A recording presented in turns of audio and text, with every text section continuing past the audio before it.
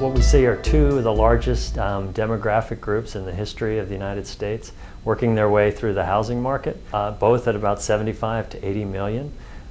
We know that the younger, between the ages of 18 to 34 are the target multifamily market, and we know that they're a large generation.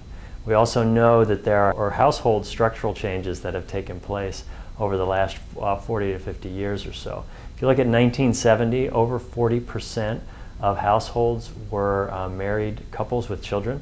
Today that number is less than 20%.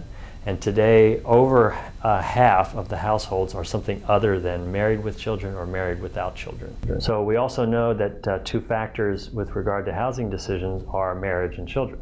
So all of this directly impact multifamily housing as well as home ownership. So basically two large demographic cohorts moving their way through the housing cycle and structural household type changes taking place at the same time. You know, what we're seeing with these changes in the household structure, you're seeing a lot of the millennials in the 25 to 34-year-old range who are delaying marriage.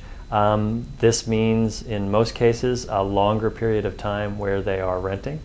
We're also seeing, because the baby boom cohort is moving through from right now we're talking the 50s to the 70s. In the next 10 years we're talking 60s to 70s. This will lead to several million additional baby boom renters. In both of these cases, these are not entry-level renters. So what we're seeing is the emergence of high-income renters, lifestyle renters, people who are renting by choice because they want a certain lifestyle. And the apartment builders are responding with a whole host of sort of convenient lifestyle amenities. We're talking about chef's kitchens, community gardens. We're talking about swimming pools that look like spas.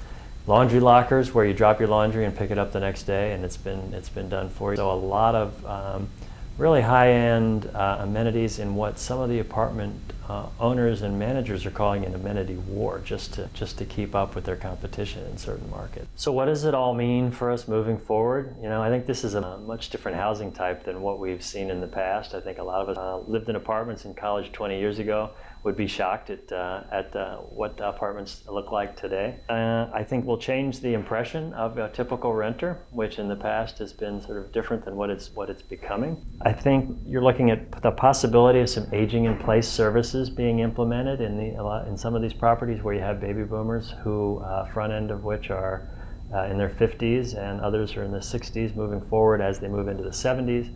This could be a whole host of services relating to healthcare, connecting to different services, connecting to different social events. I'm probably looking at more flexibility in leases. We're already seeing that. You'd think that, and some maybe with the baby boomer group, you could have the potential for some long-term leases, where if they know that they're going to be renting for the next 3 years, they might be willing to lock in for, you know, a 3-year lease.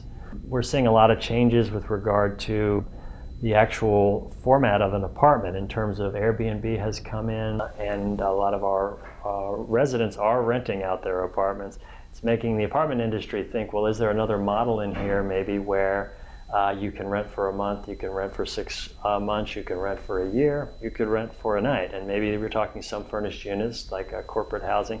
So thinking about disruption, and is there a you know, maybe a hybrid model in here moving forward that provides more flexibility to people, especially given sort of what we're seeing with these, you know, what we're calling the new renters.